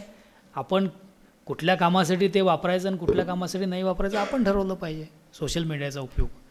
पण आपल्या कामासाठी इफिशियन्सी वाढवण्यासाठी या पद्धतीने निश्चितपणे सोशल मीडियाचा आपण वापर याच्यामध्ये करू शकतो. आता आणखी 2-3 गोष्टी मी सांगतो की व्हिजिटर्स हँडलिंग हे देखील फार महत्त्वाचं आहे. आता मंत्रालयात तुलनात्मकदृष्ट्या व्हिजिटर्स हे कमी येतात. जिल्हा लेवलला, विभागीय स्तरावर या ठिकाणी व्हिजिटर जास्त येतात. पण मंत्रालयामध्ये सुद्धा व्हिजिटरची संख्या वाढत चाललेली आहे. दुपारी 2 नंतर सगळ्यांना प्रवेश असतो. आपल्याकडे व्हिजिटर येत असतील. आता व्हिजिटर ज्यावेळी आपल्याकडे येतो त्या व्हिजिटरकडं आपण त्याला कशी मदत केली पाहिजे, काय अप्रोच ठेवला पाहिजे, मदतीची भावना ठेवली. कारण सगळ्या लेवल तो एक्झॉस्ट झालेला असतो.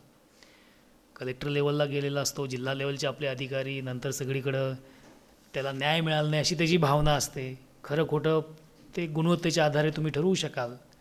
पण जनरली मंत्रालयामध्ये येणारा व्हिजिटर हा मला न्याय आत्तापर्यंत मिळाला नाही म्हणून तो मंत्रालयात ॲज अ लास्ट रिसॉर्ट, मंत्रालयाच्या पुढं कोणी आहे का? कुणीच नाही आहे. तर असा मंत्रालयात येणारा हा व्हिजिटर याला आपण कशा रीतीने वागणूक दिली पाहिजे, त्याचे प्रश्न किती तळमळतेनं आपण सोडवलं पाहिजे याकडे देखील पाहण्याची गरज आहे. जर त्याला आपण उभा नाही केलं, त्याला माहिती व्यवस्थित नाही दिली, याचा व्हिजिटर येतो त्याकडे सहानुभूतीपूर्वक पहा याचा अर्थ त्याचं इल्लिगल काम करा असं बिलकुल नाही आहे. नियमात असेल तेच आपण करणार आहे. पण त्याची बाजू समजावून घेणं, काही प्रश्न खालच्या फील्ड फंक्शनरीला जर त्याच्या समक्षच फोन लावायचा. मी तर असं करतो की त्याच्या समक्षच फोन स्पीकर फोनवर ठेवून त्याला बोलतो, त्यालाही कळतं. तर त्या व्हिजिटरच्या समोर खालच्या संबंधित बघा हा तुमच्याकडे येईल, हा माझ्याकडे आला, काय नेमकं आहे. हे मदतीची भावना जी आहे ही असण्याची फार गरज आहे. त्याच्यामुळं मग हे शासन आपल्या दारी किंवा हे सगळे जे आहेत, आपलं सरकार, आपलं शासन, हे जे आपले शब्द जे आहेत ना, हे आपलेपणा कधी येईल? वागणी कुठे येईल ना? आपण कशी वागणूक देतो त्यात फक्त शब्द लिहून येणार नाही. म्हणून व्हिजिटर जे आहेत त्याला जेवढी मदत नियमात बसून जेवढी करता येईल तेवढी आपण 100% केली पाहिजे. नियमात बसत नाही, व्यवस्थित सांगितलं पाहिजे, यामुळे नाही बसणार. तर हा देखील अत्यंत महत्त्वाचा भाग आहे असं मला याच्यामध्ये वाटतं.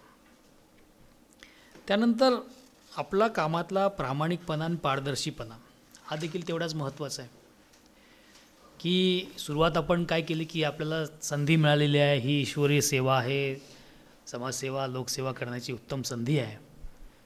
हे सगळं करत असताना आपलं काम 3 शब्द लक्षात आपण ठेवले पाहिजेत.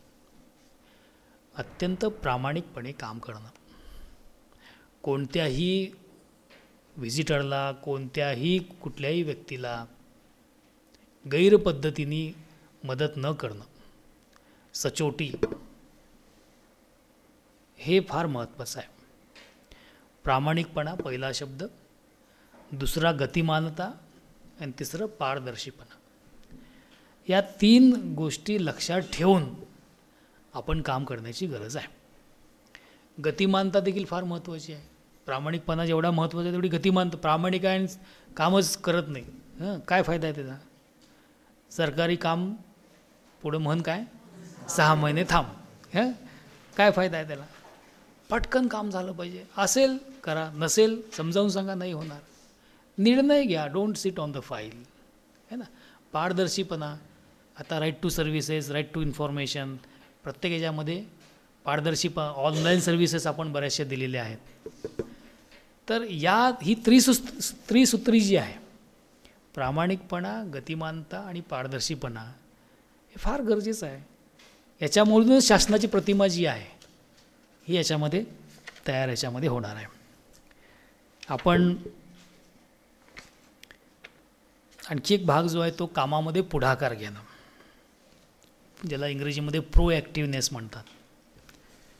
आपण एक पुस्तक वाचलं आहे का, 7 habits of highly effective people? कोणी वाचलं आहे का? हां, वाचलं आहे कोणी? तुम्ही वाचत आहात, छान. तुम्ही वाचलं आहे? तर त्याच्यामध्ये 7 हॅबिट्स जे हायली इफेक्टिव्ह पीपल असतात ना, त्यांच्या हॅबिट्स दिलेत, काय काय सवयी असतात या लोकांना. तर त्या आपण केल्या जर आपण हायली इफेक्टिव्ह आपण देखील होऊ शकतो. तर त्यातली पहिली हॅबिट ही प्रोॲक्टिव्हनेस सांगितलेली. म्हणजे 3 शब्द आहेत ना, एक पॅसिव्ह, हे काही परिणाम नाही, पालत्या घड्यावर पाणी, पॅसिव्हनेस. पॅसिव्ह. दुसरं ॲक्टिव्ह, आपलं काम उत्तम चोखपणे. आणि त्याच्या पुढं जाऊन प्रोॲक्टिव्ह, हे करता येईल का, ते करता येईल का, त्याचा अभ्यास करूया, याच्याशी संपर्क साधूया. प्रोॲक्टिव्ह, तोच लीडर बनू शकतो, तोच इफेक्टिव्ह आपल्या कामामध्ये आयुष्यामध्ये होऊ शकतो. आता यासाठी काय केलं पाहिजे? नवीन नवीन जबाबदाऱ्या घ्यायला शिकलं पाहिजे. समजा सेक्रेटरी म्हणले की हा डेस्क ऑफिसर दुसरा सुट्टीवर गेला, हा तुमच्याकडे ॲडिशनल चार्ज देतो, द्या, तयार. पण ते उलटं दिसतं, माझ्याकडे एवढा लोड आहे, मला जमणार नाही. लगेच आपण हे करतो.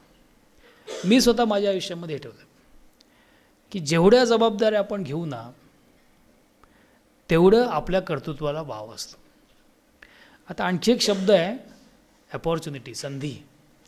आपण म्हणतो ना, अरे हा खूप पुढं गेला आहे, ह्याला खूप संधी मिळते, अपॉर्च्युनिटी मिळत आहेत, मला पण संधी मिळाली असते तर मी पण पुढं गेलो असतो, असं आपण म्हणतो ना. आपण म्हणजे आपण ऐकतो शब्द असं. पण जबाबदारी कोण द्यायला लागलं तर लगेच 10 कामं, 10 कारणं, नाही जमणार, तब्येत ठीक नाही, बायको आजारी आहे, मुलांचं मला बघायचं आहे, वगैरे वगैरे. म्हणजे जबाबदारी असेल तर 4 पावलं मागं, पण संधी मिळत नाही म्हणून ओरडायला पुढं, असं जनरली दिसतं. माझा स्वतःचा अनुभव असा आहे की जेवढ्या आपण जबाबदाऱ्या घ्याल, नवीन नवीन नवीन जबाबदारी, याचा अर्थ आपल्या कामकाजाच्या सोडून इतर काही अतिरिक्त जबाबदारी जर असेल, ती जर आपण घेतली तर आपली अपॉर्च्युनिटी देखील वाढते. म्हणून रिस्पॉन्सिबिलिटी क्रिएट्स अपॉर्च्युनिटी. अपॉर्च्युनिटी अजिबात स्वतःहून येणार नाही, रिस्पॉन्सिबिलिटी विल क्रिएट दॅट. म्हणून आपल्याला नवीन काही कोणी जबाबदारी दिली किंवा आपल्याला जर वाटलं की ही जबाबदारी आहे, आपण देखील प्रोॲक्टिव्हली ती घेऊ शकता.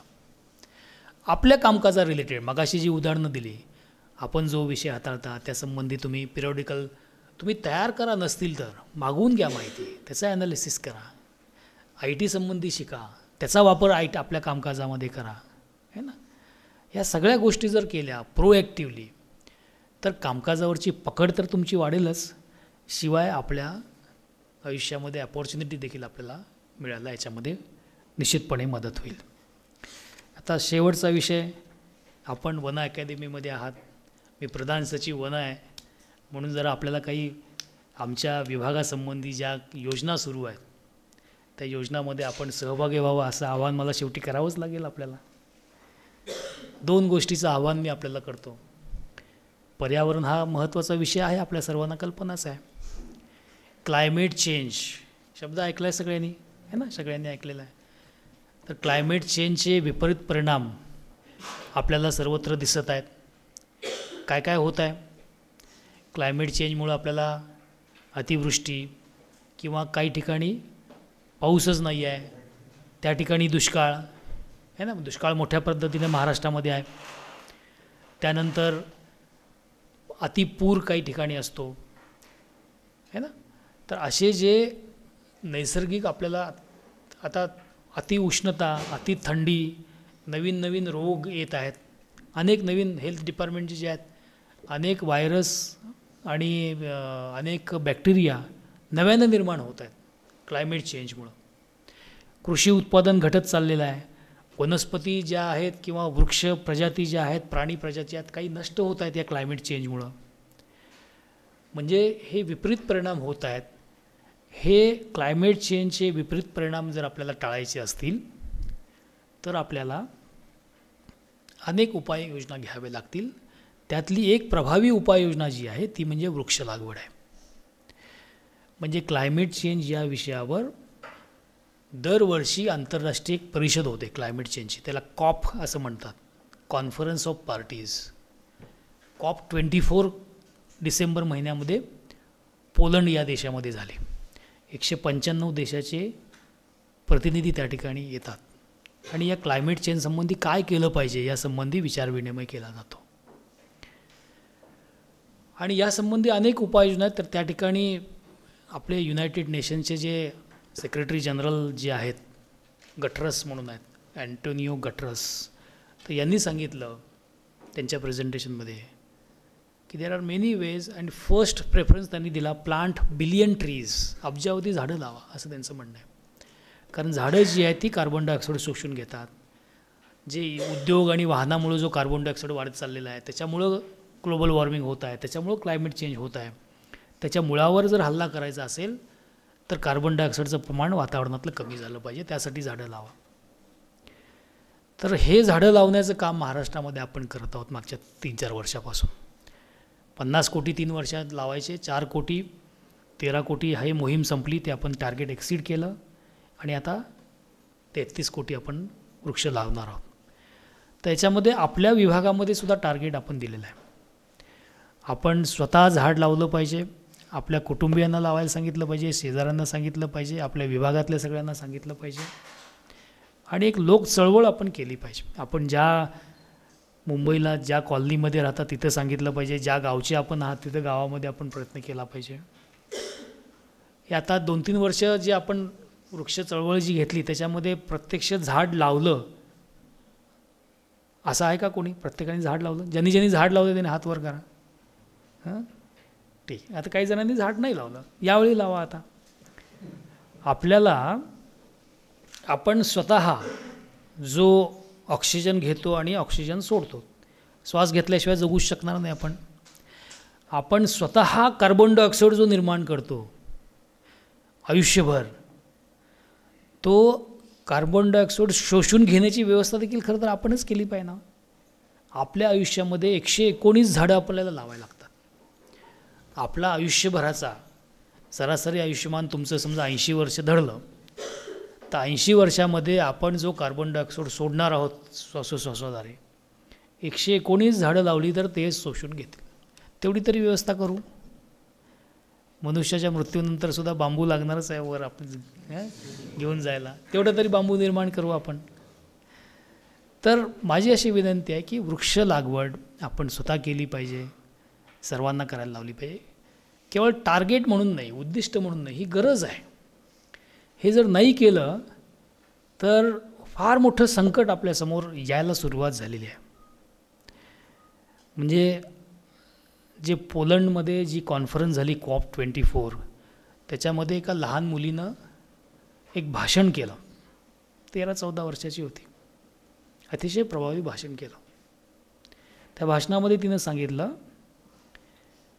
की आपण सर्व मोठे लोक जे आहात, सर्वजण पालक आहात आणि तुम्ही म्हणता की आम्हाला सर्वात प्रिय आमची मुलं आहेत, असं आपण म्हणतो ना, आपल्याला सर्वात प्रिय आपली मुलं असतात. पण हे तुमचं वाक्य दादांत खोटं आहे. तुम्हाला तुमची मुलं प्रिय नाहीच आहेत. का? कारण आमच्यासमोर तुम्ही भविष्य जे ठेवलेलं आहे, इतका कार्बन डायऑक्साईड वाढलेला आहे, इतकी वृक्षकटाई सुरू आहे, याची पर्यावरणाची बिलकुल तुम्ही काळजी घेत नाही. तुम्ही तर निघून जाल, आमचं काय होणार? आमच्याबद्दल खरंच जर तुमच्या मनामध्ये प्रेम असतं तर तुम्ही असं वागलाच नसता. आता तरी वागा, असं त्या मुलीनं आवाहन केलं. फॉर्च्युनेटली मला त्या कॉन्फरन्समध्ये सहभागी होता आलं. म्हणजे मी महाराष्ट्राच्या वतीनं त्या ठिकाणी गेलो होतो आणि मी एक प्रेझेंटेशन केलं त्या ठिकाणी. आणि महाराष्ट्रामध्ये जे आम्ही करत आहोत या क्लायमेट चेंजसाठी ते मी सादरीकरण केलं, which was very well appreciated. आणि त्याच्यामध्ये हेच महत्त्वाचं आहे की सगळ्यांनी समाविष्ट याच्यामध्ये अनेक योजना आपण काढत आहोत. जसं मी मगाशी सांगितलं, कन्या वन समृद्धी योजना, जन्मवृक्ष, ते रानमाळा पॅटर्न, अशी एक योजना काढली. प्रत्येक विभागाला 0.5% त्यांच्या बजेटचे आपण ठेवायला सांगितलेले आहेत, जेणेकरून वृक्ष लावायला, संवर्धन करायला पैसा कमी पडू नये. अशात कितीतरी गोष्टी आपण करत आहे. तर आपण देखील प्रत्येकाने आपण हा प्रयत्न केला पाहिजे. वृक्ष लागवड, वृक्ष स्वतः लावा, कुटुंबियांना लावायला सांगा, संगोपन करायला सांगा. वृक्ष लावणं जेवढं महत्त्वाचं आहे त्याहीपेक्षा वृक्षाचं संवर्धन करणं. आपण जी सगळी झाडं लावलेली आहेत ती सर्व वेबसाईटवर आपण ठेवलेली आहेत, त्याचं जिओ टॅगिंग करून, त्याचे फोटोसहित. म्हणजे लोकांची पारदर्शकता, मग अशी सांगितलं ना की किती झाडं लावतो, लोकांना लगेच संशय. तुम्ही सांगता एवढे कोटी लावले, तेवढे कोटी लागले. अगोदरच गव्हर्नमेंटचे आकड्यावर लोकांचा विश्वास बसत नाही. गव्हर्नमेंटचे आकडे म्हणजे खोटे, एकतर जास्त असतात किंवा कमी असतात. कमी कुठं दाखवतो आपण? मृत्यू, म्हणजे नैसर्गिक आपत्तीमध्ये आरोप हा असतो ना.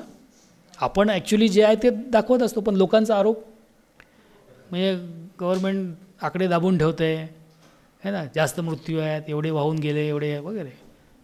आणि काही आकडे जास्त दाखवतो कुठल्या ठिकाणी आरोप. तर हे उद्दिष्ट एवढं साध्य केलं, तेवढं साध्य केलं, हे काय नाही, हे असंच आहे नसतं कागदावरचं, प्रत्यक्षात काहीच नाही. ऐकतो ना कॉमेंट आपण. तर ही लोकांची विश्वासार्हता आपण संपादन केली पाहिजे. त्यासाठी IT चा वापर केला पाहिजे. तो आपण करतो आहे.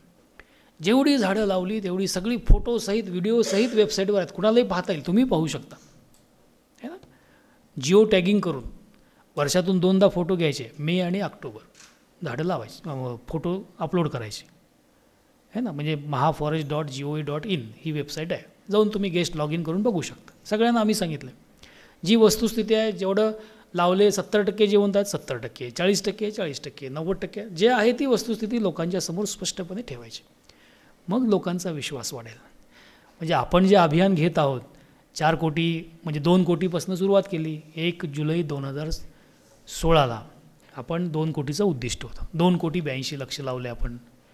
4 कोटीचं उद्दिष्ट पुढल्या वर्षी होतं 17मध्ये, 5,43,00,000 लावले. मागच्या वर्षी मागच्या वर्षी 18मध्ये 13 कोटीचं होतं, 15.88 कोटी लावले. हे आकडे केवळ कागदावरचे बिलकुल नाही आहेत, हे सर्व पब्लिक डोमेनमध्ये आपण ठेवले. सर्व विभागनिहाय सुद्धा आपण ठेवलेलं आहे, तुम्ही तुमच्या विभागाची पाहू शकता. तर आपल्या कामामध्ये कामाचा हेतू आणि कामामधली पारदर्शकता. हेतू शुद्ध, झाडं का लावतो आहे, स्वतःच्या फायद्यासाठी लावतो आहे का? बिलकुल नाही. ही गरज आहे, तुमची आमची अस्तित्वासाठीच गरज आहे. तर म्हणून माझी आपल्याला विनंती आहे की आपण विभागाद्वारे देखील नियंत्रण करा, आपण देखील या चळवळीमध्ये समाविष्ट व्हा. दुसरी गोष्ट, आपण ग्रीन आर्मी एक तयार केलेली आहे ना. आपण शब्द ऐकला ग्रीन आर्मी. किती जणांनी ग्रीन आर्मीमध्ये रजिस्ट्रेशन केलं आहे? अरे वा, चांगला आहे तुम्ही. तर बाकी ज्यांनी केलं नाही त्यांनी कृपया ग्रीन आर्मीमध्ये, इथं एक DG साहेब जरा व्यवस्था आपल्या कॉम्प्युटर रूममध्ये आहेच, किंवा आपल्याला मोबाईलवरनं पण करता येईल, मोबाईल ॲप पण आहे. सगळ्यांनी ग्रीन आर्मीमध्ये रजिस्ट्रेशन केलं पाहिजे. आता हे ग्रीन आर्मीमध्ये का रजिस्ट्रेशन केलं पाहिजे, ही भावना नीट लक्षात घेतली पाहिजे की आपल्या देशाच्या सीमेचं रक्षण करण्यासाठी भारतीय सेना आहे, इंडियन आर्मी आहे. पर्यावरणाचं कोण रक्षण करणार? कुठली आहे का आर्मी? नाही आहे. म्हणून आपण ग्रीन आर्मी तयार केली, हरित सेना. आता देशाचं रक्षण करण्याची इंडियन आर्मी जी आहे, किती संख्या आहे माहीत आहे का इंडियन आर्मीची? सैनिकांची संख्या किती आहे? 18 लाख आहे. 18 लाख. आणि जगातली सर्वात मोठी आर्मी कोणाची आहे? चीन. किती आहे? 28 लाख आहे. 18 लाख भारताची, चीनची 28 लाख. मग आपण केलं की सगळ्यात जगातली मोठी आर्मी तयार करायची, म्हणून उद्दिष्ट 1 कोटी ठेवलं आम्ही. आणि 60 लाख झाले रजिस्टर. म्हणजे सध्याच आपण देशातली सर्वात मोठी, जगातली सर्वात मोठी आपण आर्मी आहोत, ग्रीन आर्मी है ना. कोण रजिस्टर होऊ शकतं? कोणीही होऊ शकतं. शासकीय कर्मचारी, फॅमिली मेंबर, विद्यार्थी, अधिकारी, कर्मचारी, NGO, संस्था, पत्रकार, ग्रामस्थ, नागरिक, कोणी होऊ शकतं. ज्याला इच्छा आहे पर्यावरणासंबंधी काही कामं करायची ते होऊ शकतं. 5 मिनिटाचं काम आहे रजिस्ट्रेशन. नाव लिहायचं, मोबाईल नंबर लिहायचा, ईमेल ID लिहायचा, फोटो ID अपलोड करायचा, झालं रजिस्ट्रेशन. ऑनलाईन सर्टिफिकेट तुम्हाला मॅडम जनरेट होईल आणि मग तुम्हाला SMS, ईमेल होईल, हा कार्यक्रम आहे, याच्यामध्ये या, त्याच्यामध्ये या, वृक्ष लावायला या. अनेक आपण डेज साजरे करतो. We celebrate many days. Green calendar आम्ही तयार केलं आहे. आता 21 मार्चला आपला जागतिक वन दिन असतो है ना, वर्ल्ड फॉरेस्ट्री डे असतो. आपण 29 जुलै टायगर डे करतो. एक ऑक्टोबर ते 7 ऑक्टोबर आपण वाईल्ड लाईफ वीक करतो. असे अनेक पर्यावरण दिवस 5 जूनला आपण साजरा करणार है ना. अशा अनेक दिवस असतात. प्रत्येक दिवशी आपण सहभागी होऊ शकता आणि आपण जे काम केलं ते अपलोड करू शकता. त्याचं अप्रिसिएशन आम्ही करू. अशी ही ग्रीन आर्मी आहे. तर आपण स्वतः रजिस्टर व्हा, इतरांनाही सांगा. एक मोठी फौज ही तयार झाली पाहिजे. म्हणजे पर्यावरणाचं रक्षण जर करायचं असेल पुढच्या सगळ्या पिढीसाठी, आपण पण आपल्या मुलांच्यावर प्रेम करतो, पण ते प्रेम असं कृतीतून आलं पाहिजे. संस्कार त्यांच्यावर घडवले पाहिजेत आपण काम करून. संस्कार म्हणजे काय, केवळ सांगून होणार नाही ना, कृतीतून होतात संस्कार. तर या 2 गोष्टी ज्या आहेत, आपण वृक्ष लागवडीमध्ये सक्रिय सहभागी व्हा आणि ग्रीन आर्मीमध्ये आपण रजिस्टर व्हा, इतरांना सांगा. या 2 फक्त आव्हान मी आपल्याला करतो. आणि आपण या ठिकाणी बरीच चर्चा केली. तर या महाराष्ट्राच्या सर्वांगीण प्रगतीमध्ये कक्षाधिकाऱ्यांची भूमिका फार महत्त्वाची आहे. ही महत्त्वाची भूमिका आपण प्रामाणिकपणे, गतिमान पद्धतीने आणि पारदर्शी पद्धतीने आपण पाडावी आणि पाडत आहात. त्यासाठी माझ्या आपल्या सर्वांना हार्दिक शुभेच्छा. धन्यवाद. मी एकदा याच्यावर पण गेलो होतो वेबसाईटवर, रजिस्ट्रेशन झालेलं आहे, परंतु कुठे एखादा प्रोग्राम, आता आम्ही आमच्या सोसायटीमध्ये सर मी जवळजवळ 10 ते 15 झाडं लावतो आमच्या इकडे. त्याच्यानंतर ते KDMC आमची आहे, त्यांनी येऊन ते का तोडली आणि भांडलं वगैरे ते झालं, परंतु नंतर काही मग ते करायचं जे असतं सर ते होऊ शकत नाही. जर असं मेसेज जर आला तर आम्हाला म्हणजे सॅटर्डे संडे कधीतरी जातात. नाही, तुम्ही जरा बसलेून आपल्या कॉम्प्युटरमध्ये आपण करा.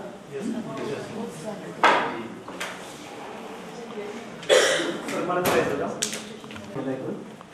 16 वर्षामधले 10 ते 11 वर्ष जवळजवळ मी वन विभागात सर काम केलं. त्यातल्या F1 मध्ये जे आपलं वाईल्ड लाईफ आहे त्या डेस्कला सर मी 4 वर्ष जवळजवळ काम केलं.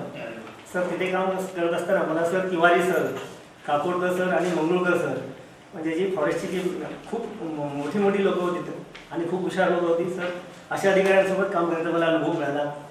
आणि सर अधिक बोलायचं म्हणजे सर त्यावेळी प्रवीण परदेशी सर, नीरा सत्यनारायण मॅडम आणि सर आजचं तुमचं भाषण ऐकल्यानंतर असं वाटलं की खरोखर फॉरेस्टला जी अधिकारी मंडळी भेटली ती अतिशय खूप चांगली भेटली आणि त्याच्यामुळे फॉरेस्टचं भविष्यात खूपच चांगलं आहे, त्याबद्दल शंकाच नाही. दुसरी गोष्ट सर, तुम्ही पहिलं वाक्य जे बोललं होतं की शासकीय सेवा करताना समाजसेवा करणं गरजेचं आहे. मला खूप वाटत होतं की मलाही खूप वाटतं. मी सर गावावरून आलो आहे, माझं ग्रॅज्युएशन सगळं गावाला झालं, पुढे मुंबईला आलो. मला वाटतं की माझ्या गावासाठी काहीतरी समाजसेवा करावी वगैरे वगैरे सर. शासकीय सेवेतनं हे जे करू शकतो हे माझ्या माध्यमातून तुम्ही करतोच, पण अजूनही म्हणजे तुमच्या भाषणात आता अजून प्रोत्साहन मिळालं. तसंच सर इथे आल्यानंतर जे ट्रेनिंग तुम्ही म्हणजे ट्रेनिंगला आल्याचं जे सार्थक झालं, म्हणजे तुमचं लेक्चर ऐकल्यानंतर असं मला वाटायला लागलं की काहीतरी सर सार्थक झालं. ज्या गोष्टीसाठी आम्ही इथे आलो होतो ते गोष्ट सर तुमच्या गोष्टीमुळे मला टॉनिक मिळाल्यानं वाटायला लागलं सर. दुसरी गोष्ट सर सांगायचं म्हटल्यानंतर तुम्ही बऱ्याच केंद्र शासनाच्या योजना सांगितल्या आहेत सर. त्याच्यामध्ये अजून एक केंद्र शासनाचे नीती आयोग आहे, त्या नीती आयोगाने आपल्याकडे जे पर्यावरणाच्या दृष्टीने आपण झाडं लावा वगैरे म्हणतोय, पण आपल्याकडे सध्या असं होतं की सर व्हेकल म्हणजे आपण जी वाहनं वापरतो त्याच्यातनं धूर जो निघतो, तर त्याच्यावर सर केंद्र शासनाने दुसरा एक मार्ग काढला की इलेक्ट्रॉनिक वाहनं जास्तीत जास्त वापर करावा. आपल्या उद्योग विभागाला कोणते असतील म्हणतात, उद्योग विभागाने ते धोरण पण सर ठरवलं आहे 2018चं की आपण इलेक्ट्रॉनिक वाहनं वापरायची. त्या अंतर्गत सर मी सध्या सर PWDला आहे, तर PWDला 4 इलेक्ट्रॉनिक आम्ही 5 इलेक्ट्रिक कार घेतले. ESL म्हणून एक कंपनी आहे केंद्र शासनाची, तर त्या योजनेअंतर्गत 5 कार घेतोय सर. आणि त्या केंद्र शासनाने दुसरं एक ठरवलं की प्रत्येक म्हणजे महाराष्ट्रामध्ये ज्या ज्या ठिकाणी शक्य आहे त्या ठिकाणी 2 व्हीलर आणि 3 व्हीलर त्या इलेक्ट्रॉनिकवर चालतील, विना परवाना वापरायला द्यायचा, म्हणजे त्याला कोणत्याही प्रकारचा परवाना असणार नाही. हे एक शासनाचं सर धोरण आहे आणि ते फक्त मी माहितीसाठी सांगतोय सर. दुसरं अजून सांगायचं म्हणजे तुम्ही बऱ्याच गोष्टी सर सांगितल्या, कामामध्ये प्रामाणिकपणा असावा, पारदर्शकता असावी, गतिमानता असावी. तर मला अजून एक म्हणायचं की आपले अधिकारी जर आपल्याला प्रत्येक मला पण वाटतं की आपला जर अधिकारी खरोखर चांगला असेल तर खालचा माणूस पण सर खूप प्रामाणिकपणे काम करतो. आपल्याला वाटत असतं की अरे आपला अधिकारी खूप चांगला आहे, आपल्याला सांभाळून करतो, म्हणजे कामामध्ये मार्गदर्शन पण करत असेल आणि सांभाळून पण घेत असेल तर सर खरोखर खालच्या माणसाची पण जबाबदारी वाढते. आम्ही पण म्हणतो की अरे यार आपला अधिकारी असा आहे, आपल्याला सांभाळून घेतोय, आपल्याला पण काहीतरी देणं म्हणजे द्यावंसं वाटतं. जे आपण 100% नाही 200% आपण त्या ठिकाणी सर देत असतो. तर सर तुम्हाला बघितल्यानंतर मला खूप बरं वाटलं. धन्यवाद सर. थँक्यू. हे की आपण आपल्या गावासाठी आपण करू इच्छिता आणि करणार आहात. तर हा विचार फार महत्त्वाचा आहे. म्हणजे आपण ज्या गावातून आलेलो असतो ना, त्यांची खूप इच्छा असते की आमचे हे मंत्रालयामध्ये आहे, त्यांनी काही करावं. तर माझं गाव जे आहे ते इचलकरंजी, कोल्हापूर जिल्हा.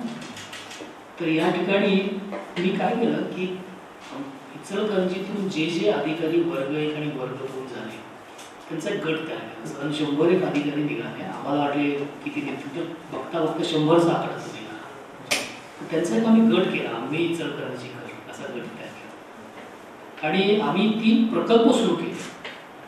एक, गावातले सगळे मुलं मुली जे स्पर्धा परीक्षेला बसतात त्यांना मार्गदर्शन करतो. दुसरं, गावातले काही सोशल प्रोजेक्ट घेतले आम्ही. त्या सोशल प्रोजेक्टमध्ये आम्ही गावातलीच नगरपालिकेची शाळा घेतली.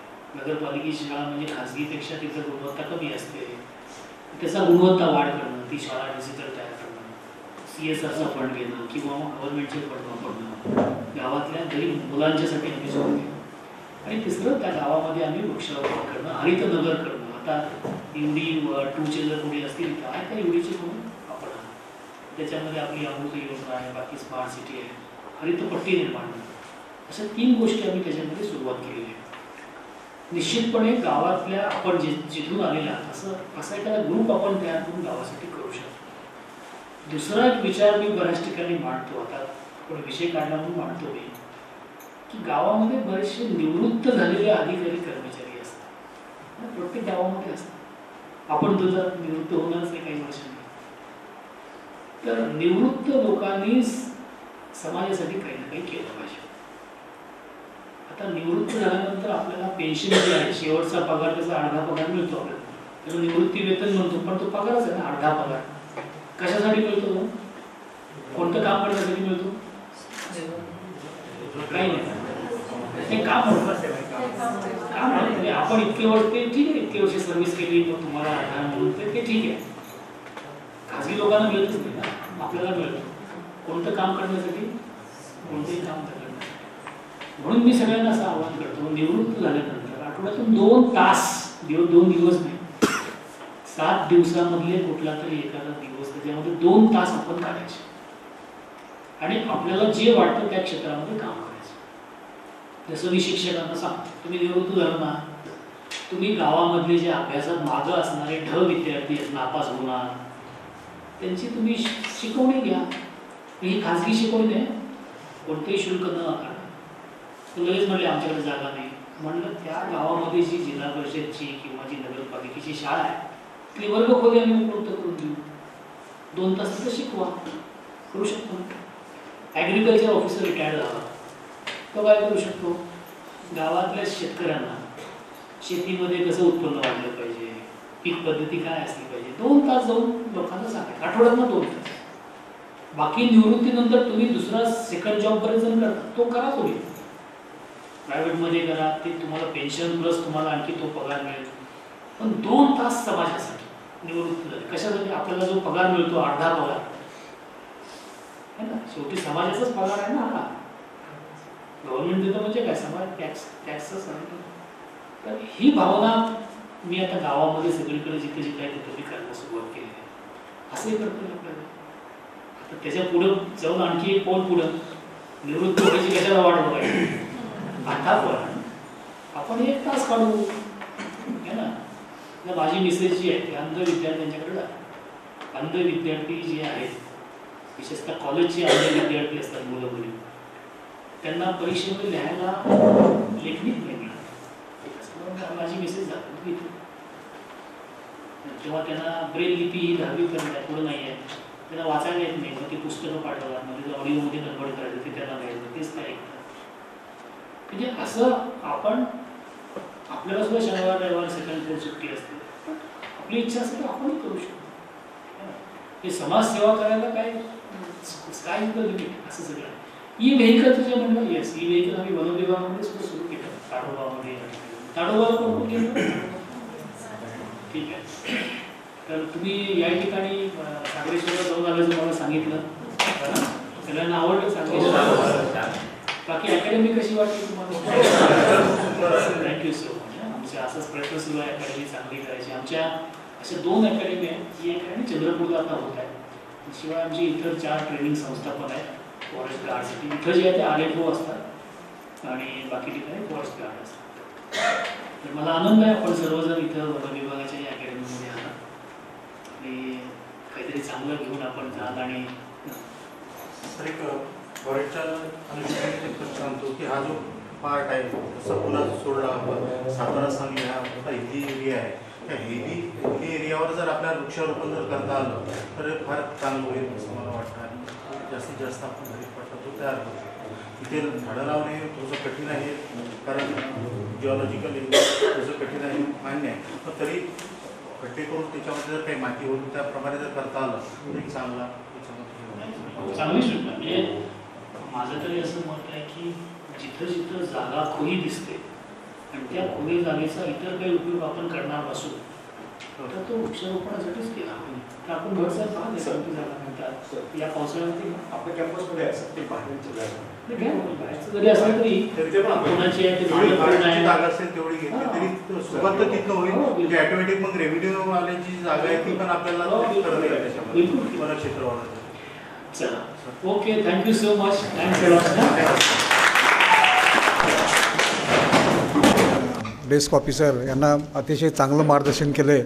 मुंबईमध्येच आपली प्रत्यक्ष भेट होत नसेल पण आज सर्व डेस्क ऑफिसरांना वन विभागाबद्दल किंवा आपल्याला समाजसेवा करण्याची कशी संधी आहे आणि रिस्पॉन्सिबिलिटी क्रिएट अपॉर्च्युनिटी जी आहे आपल्याला तर संधीचं आपण सोनं करा. नक्कीच समाजाचंही कल्याण होईल आणि हे त्याप्रमाणे आपल्या भाषणाचं नक्कीच हे प्रेरणा घेतील असे मी आपणाला आव्हान देतो. आणि आपण इथं आलात आपलं सर्वांच्या प्रशिक्षणावरतीनं मी आपलं आभार व्यक्त करतो. धन्यवाद. Thank you sir.